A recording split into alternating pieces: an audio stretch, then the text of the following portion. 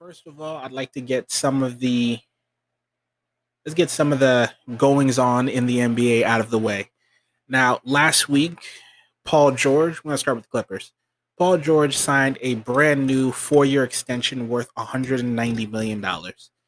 Now, as those of you who have heard last week's episode, you know very well, I am not a big Paul George fan.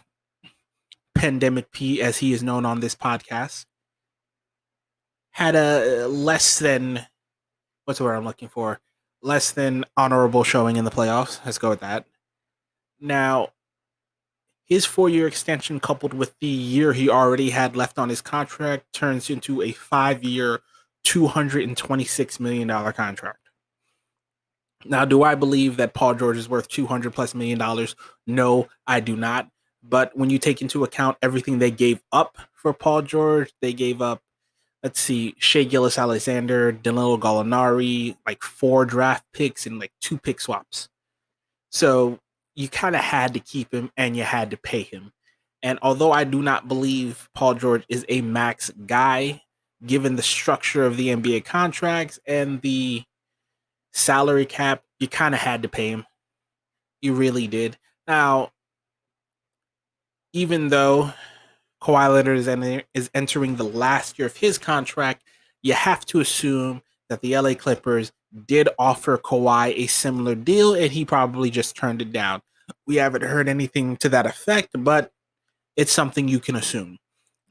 Now, with the NBA preseason underway, Kawhi Leonard is not eligible for an extension until next year. Till the end of the season, he is not eligible for any extension whatsoever.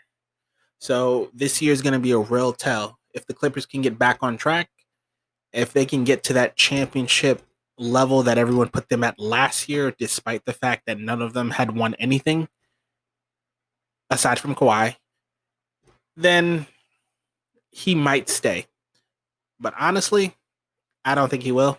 I think he's probably gone because the Clippers aren't winning the championship this year, and I don't think they're getting to the Western Conference Finals this year. Honestly, I think they're going to fall short in the second round again. I think they're going to run into either the Lakers or the Nuggets in the second round of the playoff. So they're up shit's creek with no paddle. That's basically the way it is. Now, I'm going to shift over to the Kyrie Irving situation in Brooklyn. Kyrie kind of refusing to talk to the media over the last couple of days has left a sour taste in my mouth. For those of you who do not know, I am a Brooklyn Nets fan. I've been a Nets fan most of my life. I was a Nets fan. I was born in Elizabeth, New Jersey. So, it's kind of just the way that starts. I love basketball. So naturally, I would be a fan of the Nets. Now, I was a fan. Now, for all those who think I'm a bandwagon jumper, I was a Nets fan when the Nets were Jay Kidd, Kerry Kittle, Richard Jefferson, and Kenyon Martin. I was a Nets fan when they traded Jason Kidd when they got rid of pretty much everybody, when Kenyon Martin got traded to Denver, when RJ left. Actually, RJ stayed. Scratch that. When Jason Kidd got traded to Dallas, when Kerry Kittles left, I was a fan when the Nets traded for Vince Carter. When there was Vince Carter dunking on Alonzo Mourning, and then I believe Alonzo Mourning was on that team at a later date. I was a fan when they gave Darren Williams, who was at the time the second best point guard in the league behind Chris Paul. I was a fan when they gave him $90 million. When Joe Johnson came up from Atlanta to Brooklyn, I was a fan then.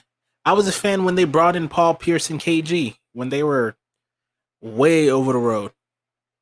And I was a fan when the I don't know how to call them. I know a lot of people call them the JV Nets. I think that's the most popular description of that team. I don't call them that because I feel that's a little disrespectful. But the team that had D'Angelo Russell, Karis LeVert, Spencer Dinwiddie, Joe Harris, Jared Allen. I loved those guys so much. I thought they were an incredibly young, incredibly talented team that just needed a little bit more time. But when they got but when they traded D'Angelo, but they did a sign and trade for D'Angelo to Golden State. They signed Kevin Durant, signed Kyrie Irving. I loved it because I love both of those guys' games. I'm not over the last few years. Kevin Durant and Kyrie Irving have not done themselves much to endear their personalities to me.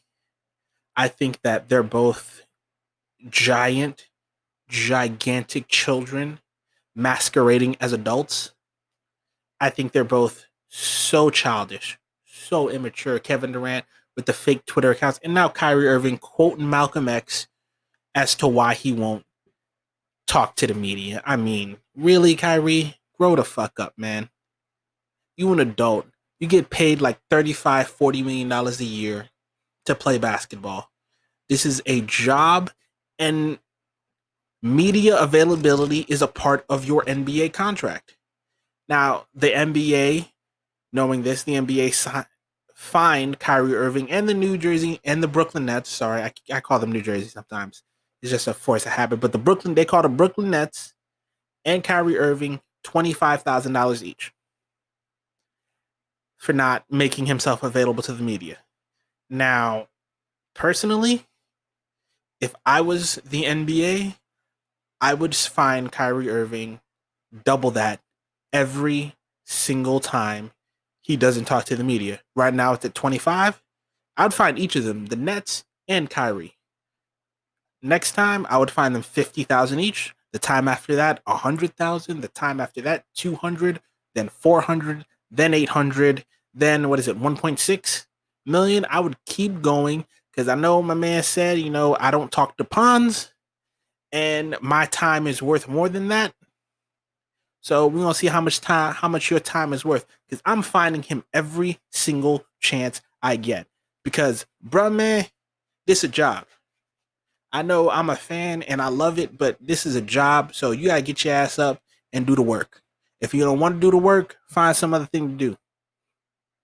Talking to the media is part of your job. And if you don't want to do your job and you just want to hoop, you can hoop on the street.